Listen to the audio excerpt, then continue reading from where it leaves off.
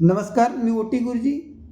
आज आपण बघूया परिसर अभ्यास. परिसर अभ्यास जेव्हा पाहून ना जी, तेव्हा परिसर अभ्यास पेपर 1 मध्ये येतात. बरोबर आहे गुरुजी.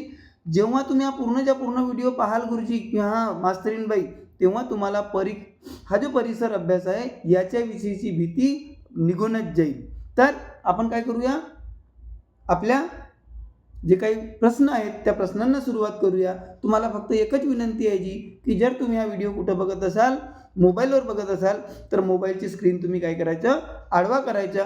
ज्या काही लोकं काय करत आहेत, स्वयंपाक करता करता, पोळ्या लाटता लाटता, भाजी कापता कापता बनवत आहेत, तर मग काय करायचं, कानामध्ये असा इयरफोन टाकून टाकायचा. ओटी गुरुजी तुमच्याबरोबर कानात सांगतील, कारण की परिसर अभ्यासामध्ये जास्त प्रश्न वाचायची गरज नसते, ऐकायची गरज असते आणि जास्त समजण्याची गरज नसते. 1 नंबरचा काय आहे हा विषय आहे आणि याच्यापैकी आपण 30 पैकी जी 28, 29, 30 नक्की मिळते जी. तर आपण बघूया पहिला प्रश्न. पहिला प्रश्न काय म्हणतो ताई? हां, शिक्षण प्रक्रियेचा घटक नाही. नाही म्हणतो जी, तुम्ही प्रश्न बरोबर बघून घ्यायचे मास्तरीनबाई. हां, नाहीतर बैलासारखं काय होईल मग? कोणता घटक आहे मग? अबू कोणता आहे की नाही? हां, नाहीवाला घटक आहे. तर शिक्षण प्रक्रियेचा घटक विद्यार्थी, पोरं तर आवश्यक आहेत ना जी. समजा तुमच्या शाळेमध्ये पोरंच नसतील, पोरीच नसतील, शिक्षण कसं होईल जी? म्हणजे हा तर नाही आहे, हा तर आहे. आपल्याला नाही पाहिजे. शिक्षक, आता मास्तरच नसेल, मास्तरीणबाई नसेल, कोणाला कोण शिकवल जी? म्हणजे हाही होऊ शकत नाही, हा तर पाहिजे जी. त्यानंतर शिक्षण पद्धती आवश्यक आहे ना जी, तेही बरोबर आहे. त्याच्यानंतर वर्गखोली. आता मला हा सांगा, वर्गखोली नाही राहिल्या तर झाडाच्या खालती बसले नव्हते का गुरुजी?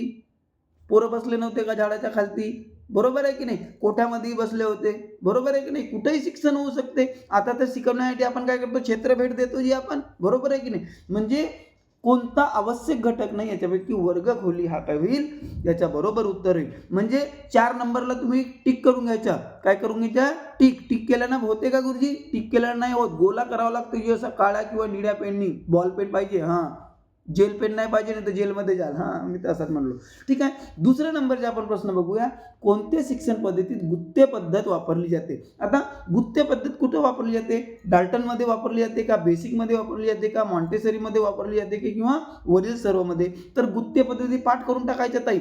गुत्ते पद्धत ही डाल्टन याच्यामध्ये पद्धतमध्ये वापरली जाते. आता मॉन्टेसरीमध्ये काय वापरली जाते? मॉन्टेसरीमध्ये बालोद्यान पद्धत वापरली जाते. बेसिकमध्ये तर मलाच माहीत नाहीये. ठीक आहे. बेसिक का दिला? तुम्हाला डोक्याला त्रास द्यायला दिला. ठीक आहे. आणि वरील सर्व तर होऊच शकत नाही. आपला पहिला पर्याय बरोबर येईल. कारण की डाल्टन गुत्ते पद्धत, मॉन्टेसरी बालोद्यान पद्धत आहे. चला ठीक आहे. आता पहा ना गुरुजी, तिसराच प्रश्न बालोद्यान पद्धती आलाय जी. तिसराच काय आलेला आहे? बालोद्यान पद्धत. बालोद्यान पद्धती कोणत्या शिक्षण पद्धतीस म्हटले आहे? सांगा बराजी. आत्ताच आपण बघितलं. बरोबर आहे की नाही? आता गुरुजी येथे मॉन्टेसरी तर नसेल ना जी. अरे मॉन्टेसरीला आपण काय म्हणतो? किंडर गार्टन म्हणतो. बरोबर आहे ना मास्तरीनबाई? हां. तर लक्षात येते, मॉन्टेसरीचं दुसरं नाव काय आहे? किंडर गार्टन आहे. म्हणजे बालोद्यान पद्धती ही किंडर गार्टन याच्यामध्ये काय असते, लागू असते किंवा त्या पद्धतीला ते म्हणतात. दुसरा प्रश्न आपण बघूया. पुढला प्रश्न बघूया ताई. पुढला प्रश्न काय म्हणतो? अज्ञातातून ज्ञाताकडे. अज्ञातातून ज्ञाताकडे. आता अज्ञाता म्हणजे जे माहीत नाही, तर माहितीकडे ही शिक्षण पद्धती रिकामी जागा आहे. आता लक्ष द्यायचा. समजा मास्तरीनबाईंना किंवा तुम्ही गुरुजी लोकांना डी.एड किंवा बी.एड बरोबर इमानदारीनं रेग्युलरमध्ये केल्या असाल, तर तुम्हाला माहीत आहे, आपण जेव्हा एखाद्या शाळेमध्ये शिकवायला जातो ना जी डी.एड बी.एड करताना, काय करतो? एकदम पाठाला सुरुवात करतो का? एकदम कवितेला सुरुवात करतो का? आपण असे काही बेसिक प्रश्न विचारतो. बेसिक प्रश्न विचारून शेवटी करतो हां. तर याचं उत्तर असं आहे ना, आज आपण याच्याच विषयी शिकणार आहोत. म्हणता का नाही बाई? हां, बरोबर आहे. तर हा झाला अज्ञातातून ज्ञाताकडे. सॉरी शक्तिमान. अज्ञातातून ज्ञाताकडे ही शिक्षण पद्धती विगमन पद्धती आहे, निगमन पद्धती आहे, सहसंबंध पद्धती आहे की निरीक्षण पद्धती आहे? सांगा बरं ताई, ही पद्धती कोणती आहे? मास्तरीनबाई दिमाग लावा. हां, गुरुजी लोक तुम्ही सुद्धा दिमाग लावा. तर ही जी पद्धत आहे अज्ञातातून ज्ञाताकडे, ही निगमन पद्धती आहे. निगमन म्हणजे माहीत नसल्याकडून माहीत असल्याकडे नेणे निगमन पद्धती असे आपण म्हणतो. ठीक आहे. त्यानंतर अध्ययनाचा नियम आहे. काय नियम आहे? अध्ययन, अध्यापन नाही म्हटलेलं आहे, म्हणजे लर्निंग. आणि अध्यापन म्हणजे टीचिंग. हा गुरुजी बयाळाचा आहे असाही विचार करू नका, गुरुजीला येते, पण आपण आपल्या भाषेत शिकायचं, व्यवस्थित शिकायचं आणि एकदम असा काजी तोंड असा वाकडा तिकडा करून का फायदा आहे जी, एकदम असा लेडीज अँड जेंटलमॅन काही अर्थ नाही आहे, ठीक आहे ना. तर अध्ययनाचे नियम काय आहे? अभ्यासाच्या करावंच लागते, तत्परतेच्या, प्रभावाच्या की वरील सर्व. तर ताई अध्ययनाच्या नियमामध्ये अभ्यासही महत्त्वाचा आहे, तत्परता महत्त्वाची आहे, प्रभाव सुद्धा महत्त्वाचा आहे, म्हणून वरील सर्व हा याच्या काय होईल, बरोबर उत्तर होईल. त्यानंतर मज्जासंस्था व त्याच्या विकार. मज्जासंस्था दिमाग से रिलेटेड आणि विकार म्हणजे बिमारी. दिमाग से रिलेटेड बिमारी म्हणजे काय म्हणतो, डोक्याच्या संबंधित आजार. चला ठीक आहे. मज्जासंस्था व त्याच्या विकाराच्या अभ्यासाला काय म्हणतात? तुम्हाला येतच असेल जी, जातात ना, माझा दिमाग खराब होऊन गेला, कुठे जाईन, न्यूरोलॉजी. त्याला काय म्हणतो जी आपण, न्यूरोलॉजी म्हणतो, जिथं मज्जासंस्था आणि त्याच्या विकारांचा काय केला जातो, अभ्यास केला जातो. काही काही गोष्टी पाठांतर करायच्या असतात, काही काही गोष्टी समजायच्या असतात. तुम्हाला जर वाटत असेल गुरुजी असाच तुम्ही सांगा, जास्त डिटेलही नका सांगू. तुम्हाला वाटत असेल गुरुजी एकदम अजून शॉर्टमध्ये सांगा ना जी, उत्तर सांगा ना जी, मला काय करायचं, फक्त कमेंट्स करायच्या. ऑनलाईन क्लासेस ओटी गुरुजी घेत नाही. चला ठीक आहे. त्यानंतर अजीवनसत्व अभावी कोणता रोग होतो? तुम्हाला जर अजीवनसत्व नसेल किंवा अजीवनसत्वाची कमी असेल, विटॅमिन ए ची डिफिशियन्सी असेल, तर कोणता रोग होते, कोणती बिमारी होते भाऊ सांगा. रातांदळेपणा येते का जी? त्याच्यानंतर स्कर्वी होते का जी? त्याच्यानंतर हृदयरोग होते का जी? की मूडदूस होतो? आता याच्यामध्ये असं म्हटलेलं आहे की रातांदळेपणा, काय म्हटलेलं आहे, रातांदळेपणा. तर आपल्याला जर रातांदळेपणा कशाविषयी होते, तर सॉरी, आता तू उत्तरच सांगून दिलं जी, अजीवनसत्व अभावी काय होतो, रातांदळेपणा होतो. आता तुम्ही म्हणाल गुरुजी समजा स्कर्वी ही बिमारी झाली, आजार सहित सर्व आजार दिलेले ना, सर्व बिमाऱ्या दिल्या, तर स्कर्वी कशामुळे होते जी, तर स्कर्वी कोणता, बेरीमुळे. कशामुळे? बेरीमुळे होते. माझ्या बेरी म्हणजे जर आपण विटॅमिनचा जर केला किंवा जीवनसत्वाचा केला, तर हा विटॅमिन क मुळे काय होतो, स्कर्वी हा आजार होतो. हृदयरोग, हार्ट अटॅक, अरे बापरे, कोणाकडे, इकडे का इकडे, हा डावा का उजवा, बरोबर बघून घ्यायचा. तर हृदयरोग हा कशामुळे होते, हा जीवनसत्व के मुळे, केच्या कमतरतेमुळे होते. आणि मूडदूस, जी गुरुजी बडा सकाळी सकाळी मोठा जी बडा त्रास होते, तर तो मूडदूस कशामुळे होते, समजा जीवनसत्व ड कमी असला तर मूडदूस हा आजार होतो. आता तसाच प्रश्न विचारलाय जी भावना. आता हा प्रश्नही ठेवतो हा तुमच्या स्क्रीनवर. बघा इथं, अजीवनसत्व अभावी कोणता रोग होतो, आपण रातांदळेपणा बघितला. आता इथं स्कर्वी पण बघितला होता आपण, कशामुळे होते, स्कर्वी कशामुळे होते, जीवनसत्व क च्या कमीमुळे. इथं पुन्हा विचारलेलं बघा, स्कर्वी आजार कोणत्या जीवनसत्वाच्या अभावाने होतो, तर काय होईल, क होईल. असंही होऊ शकते, जीवनसत्व के च्या अभावाने कोणता होते, तर हृदयरोग होते. मूडदूस कोणाच्या ह्याच्याने होते, तर जीवनसत्व ड च्या. म्हणजे इथं एका प्रश्नावर 4 सुद्धा प्रश्न बनू शकतात. म्हणून मास्तरीनबाई सर्वचे सर्व जे काही ओटी गुरुजीचे व्हिडिओज आहेत, लक्षपूर्वक ऐकावा. हा गुरुजी भाऊ लोक तुम्ही पण ऐकायचे, मास्तर बनायचे आहे ना, नोकरी टिकवून ठेवायची आहे, पहा बरोबर, ठीक आहे. त्यानंतर कोणत्या जीवनसत्वा अभावी वांजपणा येतो? कोणाला नको येऊ भाऊ, दुश्मनाला नको येऊ जी, पण समजा आला तर कोणत्या जीवनसत्वाच्या अभावामुळे, कमीमुळे येते असं इथं म्हटलेलं आहे. तर काय होते ताई, वांजपणा हा जीवनसत्व ई च्या कमतरतेमुळे होते. मग गुरुजी जीवनसत्व अ मुळे आपण आत्ताच बघितलं होतं, जीवनसत्व अ मुळे काय होते जी, रातांदळेपणा येते. त्याच्यानंतर जीवनसत्व क आत्ताच बघितलं आपण, टकाटक स्कर्वी. जीवनसत्व ड आत्ताच बघितलं आपण, काय, मूडदूस. बरोबर आहे की नाही. तर अशा प्रकारे एक माहीत असला, प्रॉपर माहीत असला, तर 3-4 प्रश्न असे वालटून पालटून विचारते. अजून दरवर्षी 2-2 वेळेस परीक्षा घेईल तर काय विचाराल जी, याच्या इकडूनच्या तिकडून, इकडूनच्या तिकडून, कधी पेपर 1 मध्ये, कधी पेपर 2 मध्ये. आणि अजून सांगतो ताई, जे पेपर 2 वाले पाहत असतील भाऊ, तर सामाजिक शास्त्रामध्ये इथला पण येते, समजला का नाही.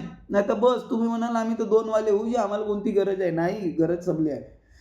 त्यानंतर आपण बघूया, पेनिसिलिनचा शोध कोणी लावला. पटापट सांगायचं, पेनिसिलिनचा शोध कोणी लावला. आता पेनिसिलिनचा जो शोध आहे हा अलेक्झांडर फ्लेमिंग यांनी लावला. हा काय झाला जी, पाठांतरवाला भाग. आता तुम्ही असं म्हणाल का गुरुजी हा जो नोबेल आहे याने कशाचा शोध लावला जी, तर तुम्ही चांगले नाही का डायनामाइटचा शोध लावला. कशाचा शोध लावला? डायनामाइट. त्याच्यानंतर गुरुजी हा जो दुसरा आहे कोण, रिदरफोर्ड यांनी कशाचा शोध लावला जी, तर परमाणु भौतिकी मोलेक्युल्सच्या यांनी काय केला, शोध लावला. कोणी? रुदरफोर्ड यांनी किंवा रुदरफॉर्ड असं सुद्धा मराठीत लिहिलं जातं. तो ॲक्च्युली रुदरफोर्ड आहे. ठीक आहे.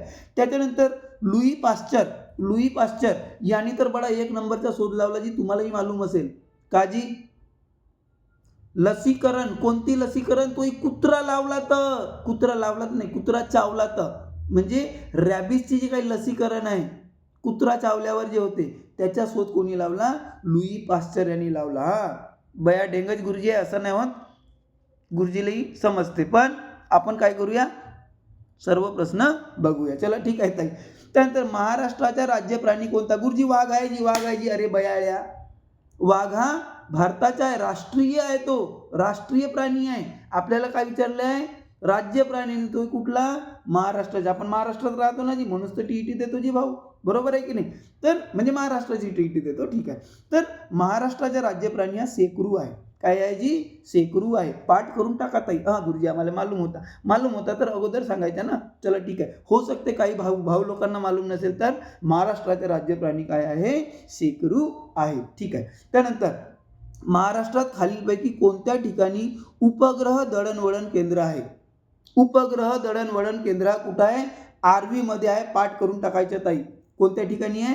आर्वी या ठिकाणी आहे. त्यानंतर राज्यात कोणत्या जिल्ह्यात तांब्याचे सर्वाधिक साठे आहेत? तांबे सर्वात जास्त साठे, डिपॉझिट्स कुठं मिळतात, म्हणजे कोणत्या जिल्ह्यात मिळतात? कोल्हापूरला भेटते का जी, नागपूरला भेटते का जी, अहमदनगरला का जी, की चंद्रपूरला जी? तर याचा उत्तर काय येईल? हे जे तांब्याचे जे सर्वाधिक साठे आहेत हे चंद्रपूरमध्ये आहेत ताई. ठीक आहे. त्यानंतर पुढला आपण प्रश्न बघूया. महाराष्ट्राचा बराचसा भूभाग कोणत्या खडकापासून बनलेलं आहे? आता महाराष्ट्राचा जो बराचसा जो भूभाग आहे हा दख्खनच्या पठारामध्ये येते. आणि दख्खनचा पठार हा कशापासून बनलेला आहे ताई? सांगा बरं जी, दख्खनचा पठार कशापासून बनलेला आहे? अग्निजन्य खडकापासून. आणि अग्निजन्य खडक कसा आला आहे जी? ज्वालामुखी फाटल्यामुळे तो मग तो वरता आला सर्व लावा आणि तो थंड झाला त्याच्यामुळे अग्निजन्य. आणि त्याच्यामध्ये जो मेन खडक आहे काय आहे? बेसाल्ट आहे. तर महाराष्ट्राचा बराचसा भाग कोणत्या खडकापासून बनलेला आहे? बेसाल्ट या खडकापासून बनलेला आहे. त्याला इंग्रजीमध्ये जे अंग्रेज लोक आहेत बसाल्ट म्हणतात. काय म्हणतात? बसाल्ट. आपण महाराष्ट्रीयन लोक, मराठी माणसं बेसाल्ट म्हणतो त्याला. ठीक आहे जी. देसाल्ट नाही जी, म्हणजे नमक दे असा होऊन जाईल. मजाक करतो जी. ठीक आहे. त्यानंतर पुढला आपण प्रश्न बघूया की महाराष्ट्रातील पर्यायाने भारतातील सर्वोत्कृष्ट नैसर्गिक बंदर कोणते? महाराष्ट्रात तर सर्वोत्कृष्ट आहे पण भारतातही आहे, म्हणजे हा एक हिंट देऊन राहिला आहे. तो जो काही नैसर्गिक बंदर आहे तो महाराष्ट्राचाही महत्वाचा आहे, इव्हन भारतातही सर्वोत्कृष्ट आहे. कोणता आहे जी? सांगा बरं जी. तो मुंबई आहे. तो काय आहे जी? मुंबई आहे. काय आहे? मुंबई. ठीक आहे. बरोबर लिहाल ना ताई? चला ठीक आहे. त्याच्यानंतर पुढला आपण प्रश्न बघूया ताई. थांबा एक मिनिट, स्क्रीन बरोबर दिसते ना जी? त्याच्यानंतर आपण पुढला प्रश्न बघूया की पूर कालव्यांची संख्या सर्वात अधिक कोणत्या राज्यात आहे? कालवे तर आहेत पण कशासाठी? पूल, ज्याला आपण काय म्हणतो इंग्रजीमध्ये अनड्युलेटिंग कॅनल्स म्हणतो. तर पूल कालव्यांची संख्या भारतात सर्वात जास्त बिहारमध्ये आहे जी, पंजाबमध्ये आहे जी, हरियाणामध्ये आहे जी, की पश्चिम बंगालमध्ये? अरे भाऊ, पश्चिम बंगाल तर होऊच शकत नाही. तिथं जाऊन तर नद्या भेटते जी. कोणाले? पश्चिम बंगालमध्ये कोणाले जी? बे ऑफ बेंगाल. बरोबर आहे की नाही? चलो ठीक आहे. बंगालचा उपसागर. चलो ठीक आहे. तर पूर कालव्यांची संख्या सर्वात अधिक कोणत्या राज्यात आहे? याच्या बरोबर उत्तर येईल ताई पंजाब राज्यात आहे. कोणत्या राज्यात? पंजाब राज्यात. पाठांतर करून टाकायचं मास्तरीन बाई. मास्तरीन भाऊ तुम्ही पाठांतर करायचे. ठीक आहे. त्यानंतर भारताचे प्रमाण रेखावृत्त हे खालीलपैकी कोणत्या शहराच्या जवळून गेले आहे? अजी कर्कवृत्ताविषयी गोष्ट करत आहे. कोणाविषयी? कर्कवृत्तावरून. तो कुठून गेला आहे जी? 23.5. ठीक आहे. 23.5 नॉर्थ, उत्तर याच्यातून गेलाय. कोणत्या शहरावरून गेलाय? दिल्लीतून गेलाय, भोपाळतून गेलाय, लखनौतून गेलाय की अलाहाबादमधून गेलाय? भरपूर गुरुजी लोकांना याचा उत्तर माहीत असेल. कुठून गेलेला आहे तो? अलाहाबाद इथून गेलेला आहे. पुढला प्रश्न फेकूया आपण. काय म्हणतो पुढला प्रश्न? भारतात सर्वाधिक साक्षर असलेले राज्य कोणते? अजी सोपे येतात जी, सोपेच येतात. पाठांतर करावं लागते, काही अभ्यास करावा लागते, काही दिमाग लावावं लागते. सर्व प्रश्न काय असतात? सोपे असतात. ओटी गुरुजी तुम्हाला असे सोडणार नाही. मराठी असो, इंग्रजी असो, गणित असो, सामाजिक शास्त्र असो, मराठी भाषा असो की इंग्रजी भाषा असो की हिंदी भाषा असो, सर्वच शिकवू आपण. गुरुजी कॉन्व्हेंट पासून शिकवता शिकता कॉन्व्हेंटला शिकवला, हिंदीला शिकवला, मराठीला शिकवला, आपल्याला सर्वच काही जमते. चला ठीक आहे. तर भारतात सर्वाधिक साक्षर असलेले राज्य कोणते? महाराष्ट्र आहे का, पश्चिम बंगाल आहे का, उत्तर प्रदेश आहे का, केरळ आहे का? सोपं उत्तर आहे, जास्त वेळ खात नाही, केरळ आहे. सर्वात जास्त साक्षर. सया करता तसा धडाधडा. आणि आम्ही लाव म्हणते अंगठा. ठीक आहे. त्याच्यानंतर जगाच्या एकूण भूभागापैकी किती टक्के क्षेत्र भारताने व्यापलेलं आहे? जगाच्या एकूण भूभागापैकी. आता तुम्हाला माहित असेल ताई की जगात भूभागाच्या याच्यामध्ये भारत 7वा आहे. 7वा, बरोबर आहे की नाही? पण किती टक्के भूभाग आहे? तर 2.4% आहे जी, 7व्या नंबरचा. पॉप्युलेशन 2 नंबरचा पुस्तकात लिहिला आहे भाऊ, पण ॲक्च्युअल कसं झालं, आम्ही 1 नंबर येऊन गेलो. आम्ही आतापर्यंत गीत म्हणत होतो ना, हम होंगे कामयाब, हम होंगे कामयाब, कब? एक दिन. पण लोकसंख्येमध्ये आम्ही कामयाबच झालो भाऊ, 1 नंबर. चला ठीक आहे. तर जगाच्या 2.4% भूभाग आहे. कधी कधी असा विचारू शकते की जगाच्या एकूण लोकसंख्येपैकी किती टक्के लोकसंख्या भारतात राहते, असाही प्रश्न तुम्हाला फेकू शकते. तर त्याचं उत्तर लिहायचं ताई 17.5%. कितनी बडी नाइंसाफी आहे. भूभाग किती? 2.4 आणि लोक किती राहतात? 17.5. म्हणूनच तर काय आहे जी, काय आहे, लोकांकडे जमीन नाही आहे ना. अरे घर बनवायला जमीन नाही, शेती करायला तर सोडा जी, बिचारायला घर बांधावली जमीन नाही. चला ठीक आहे, है ना.